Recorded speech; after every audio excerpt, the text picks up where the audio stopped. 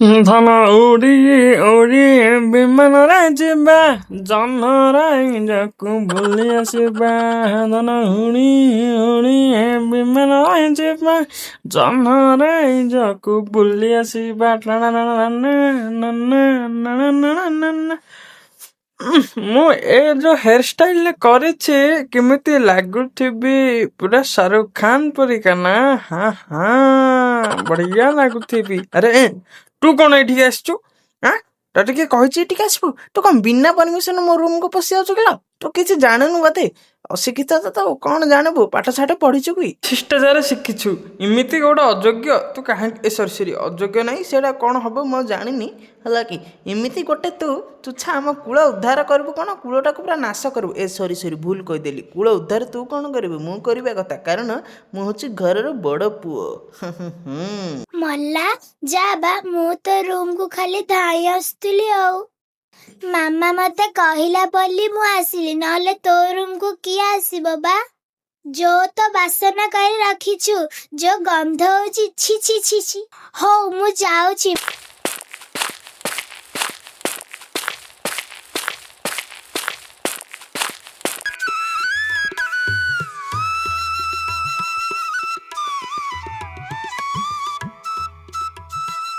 ଆରେ ବାବୁ, ଜଲ୍ଦି ଆସିଲୁ। ହଁ ମା, ଆସିଛି।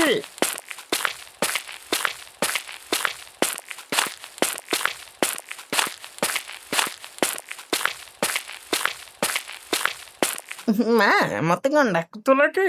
ମୁଁ ରାନୀ କହିଲା ବୋଲିକି ଆସିଲି ଆଉ। କଣ କହୁନ? କଣ କାମ ଥିଲା କି? କହୁନ, କୁହ। ଆରେ ତୋର ତ ଏଥର ଉତ୍ପାତ ବହୁତ ହଉଛି, ମୁଁ ଦେଖୁଛି। ସେ ରୁମରେ ରହିକି ଗୀତ ଗାଉଛୁ, ଉଡ଼ି ଉଡ଼ି ଆକାଶକୁ ଯିବୁ ବୋଲି କହୁଛୁ।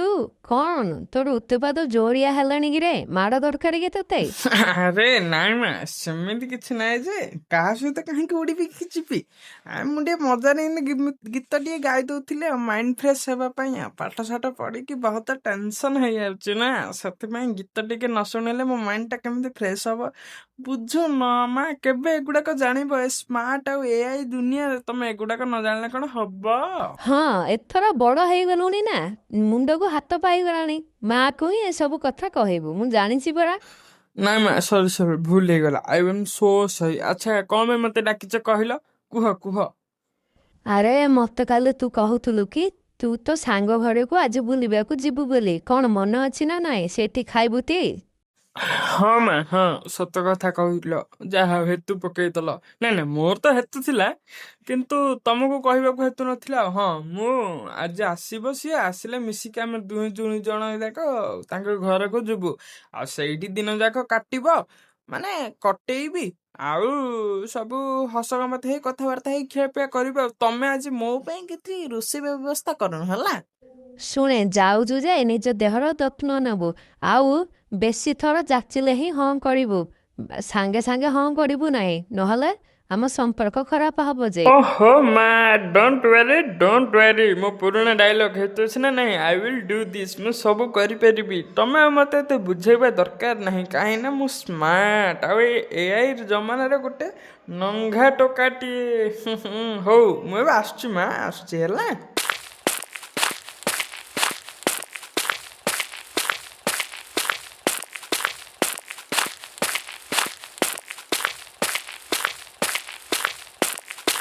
ଡାଲେ ଲେଫ୍ଟ ରାଇଟ୍ ଅଣ୍ଟା ହଲେ। କିରେ ନାତିଆ? କେବେ? ସରି ଜେଜେ, ତମେ କି? ହଁ କୁହ। ମୁଁ କଣ ଜାଣିଛି ନା କଣ ତମେ ଏଇଠି ବସିଛ ବୋଲି? ସରି ଜେଜେ, ଟିକେ ମାଇଣ୍ଡ କରିବେନି, ମୁଁ ଜାଣିପାରିଲିନି। ହଉ ଛାଡେ। କିରେ, ତୁ କାଲି ମତେ କହୁଥିଲୁ କି ତୁ ତୋ ସାଙ୍ଗ ଘରକୁ ଯିବୁ ବୋଲି। କାହିଁ ତ ସେ ଏବେ ଆସିନି। ଆଉ କେତେବେଳେ ଯାଉଛି କିରେ? ମତେ କଣ କହୁନୁ କିଛି? କିଏ ଏବେ ବୋଲି କହିଛୁ? ତୁ ଏଥର ବଦଳି ଗଲୁଣୁ ରେ ବାପ। ସାଙ୍ଗସାଥି ମେଳରେ ପଡିଛୁ, ଭବିଷ୍ୟତରେ ପସ୍ତେଇବୁ ଟି। ଠିକରେ ବ୍ୟବହାର କରିବା ଜାଣୁନୁ, କି ଲୋକ ବି ଚିହ୍ନୁନୁ। ଖାଲି ସେ ସାଙ୍ଗସାଥିରେ ମାତିଛୁ। ଦେଖି ଚାହିଁକିରି କାମ ଧନ୍ଦା କରେ, ନହେଲେ ବାପ ଆଉ ଅଯଥା ସହିପାରିବୁନି, ଦେଖେଇ ପାରିବୁନି କି ଦେଖି ହବନି, ଜାଣିଥା। ହଉ ଯା।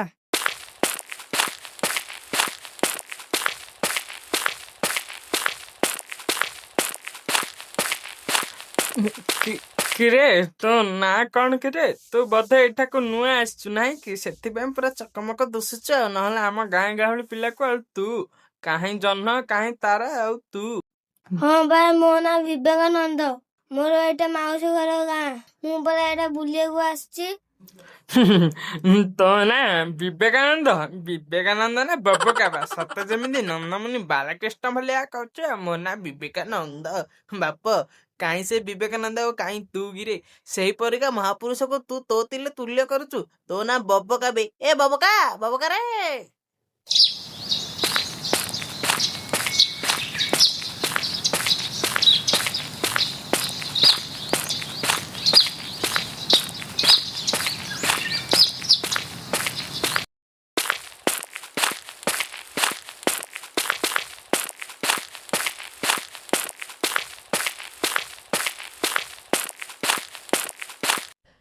ଆରେ ଆସିଗଲ ଦୁଇ ଜଣ ଯାକ। ହଉ ଶୁଣେ, ସିଏ ତ ଯାଇଛି ଗୋଡ଼ ହାତ ଧୋଇ ଧୋଇ ହେଇକି ଆସିବାକୁ।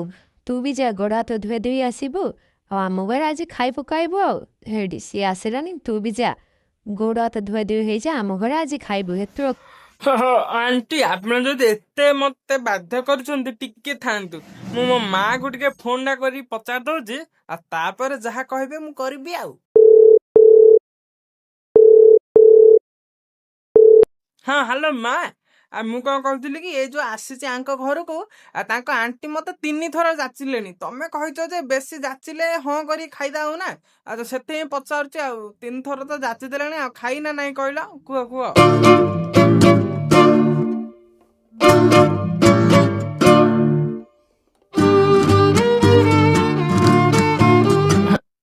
ହଁ, ହଉ ହଉ ହଉ ହେଲା। ହଁ ଆଣ୍ଟି, ମା ହଁ କହିଲେ କହିଲେ 3 ଥର ଯାଚିଲେଣି ପରା। ହଉ ଖାଇଦେ ଖାଇଦେ, ଆପଣ ଆଣନ୍ତୁ ଖାଇବେ, ମୁଁ ଖାଇବି ଆଉ।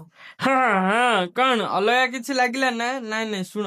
ଆଲେ ମୁଁ ତୁମକୁ ହସଉଛି କନ୍ଦଉଛି, ସମସ୍ତଙ୍କର ମନୋରଞ୍ଜନ କରୁଛି, ହେଲେ କଣ ହବ? ଚ୍ୟାନେଲଟାକୁ ଟିକେ ସବସ୍କ୍ରାଇବ କରୁନ, ଆଉ ସେଗୁଡାକ ବି କର। ହଉ ଶୁଣ, ନହେଲେ ମୁଁ ତମମାନଙ୍କ ପାଇଁ କେମିତି ଭଲ ଭଲ କାହାଣୀ ଆଣିବି? କାହାଣୀ ଦେଖ ଆଗକୁ, ଆଉ ମଜା ନିଅ, ଆଉ କମେଣ୍ଟ କର, ଯାଅ। ଆରେ ତୁ ଖାଇବୁ କି ନାହିଁ ତୋ ମାଆଙ୍କୁ ଫୋନ କରିକି ପଚାରିଛୁ? ହେଇଗୁଡ଼ାକ ପିଲାଳିଆମି ଯାକ। ଶୁଣେ, ହଉ ତମେ ଦୁଇ ଜଣ ଯାକ ଏଠି ଗପୁଥାଅ, ମୁଁ ଯାଇକି ଖାଇବା ନେଇକି ଆସୁଛି।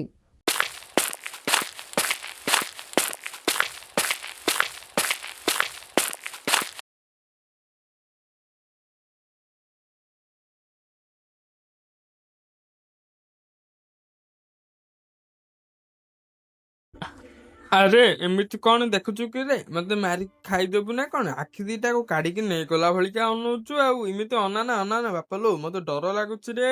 ନାଇଁ ନାଇଁ, ତତେ ଟିକେ ଦେଖୁଥିଲି, ତୋ କଥା ଟିକେ ଭାବୁଥିଲି। ହଇରେ, ତତେ ଟିକେ ଲାଜ ଲାଗୁନି? ଆରେ ଘରକୁ ଫୋନ କରି ପଚାରୁଛୁ ଖାଇବୁ ନା ନାଇଁ? ଛି ଛି, କେମିତିକା ସାଙ୍ଗରେ ତୁ? ହଁ ହଁ, ତୁ କୋଉଠି ଥିଲୁ ରେ? ଗୋଟାକ ଯାକ ପୁରା ସତେ ମହାତ୍ମା ଗାନ୍ଧୀ ଭଳିଆ ନାଗୁଛି ତତେ ଆଉ, ନାଇଁ କିରେ? ମୁଁ ତ ଘରୁ ଫୋନ କରି ପଚାରିଲି, ତୁ ତ ଛାଡ, କଣ କହିବି? ମାନେ 2 ଗଲା ବେଳେ ବି ଭାବୁଥିବୁ କେତିକି କରିବି। ହଇରେ, ତତେ ଟିକେ ମତେ କଣ ତୁ କହୁଛୁ ଲାଜ ଲାଗୁନି ବୋଲି? ତତେ ନିଜକୁ ଲାଜ ଲାଗିବା କଥା। ସାଙ୍ଗଟା ଏମିତି କଣ କରୁଛୁ କି ରେ? କେଡେ ବେକାର ପିଲାଟା ତୁ। ଛି ଛି, ତୋ ଦେଲେ ସାଙ୍ଗସାଥି ହେଇକିରି ମୋର ବଡ ଇଜ୍ଜତ ଖରାପ କରିଦବୁ। ଯା ଯା ଯା। ଏ ପୁଅ, ଏତେ ଭଦ୍ର ହେନା, ମତେ ଏତେ ସଂସ୍କାର ଦେଖାନା। ମାମା କଣ ବାଢିଲାଣି, ଖାଇକି ଆସିଲେ କଥା। କିରେ ପିଲାମାନେ, ନାଟ୍ୟ ଟୁକୁଡ଼ା ଆରମ୍ଭରେ କହିଥିଲା, ମୁଁ ପୁଣି ଥରେ ତମକୁ ଶେଷରେ କହୁଛି, ଚ୍ୟାନେଲଟାକୁ ହେତୁ କରିକି ଲାଇକ୍ ସେୟାର ଆଉ ସବସ୍କ୍ରାଇବ କରିବ, ଯାହାଫଳରେ ମୁଁ ମଜା ମଜା କଥା କହିବି ଏବଂ ଆମେ ସମସ୍ତେ ତମକୁ ଖୁସି କରିବୁ ହେଲା। ଶୁଣ, ଲାଇକ୍ ସେୟାର ସବସ୍କ୍ରାଇବ ହେତୁ କରିକି କର, ଏବେ ହିଁ କରିକି ଯାଅ।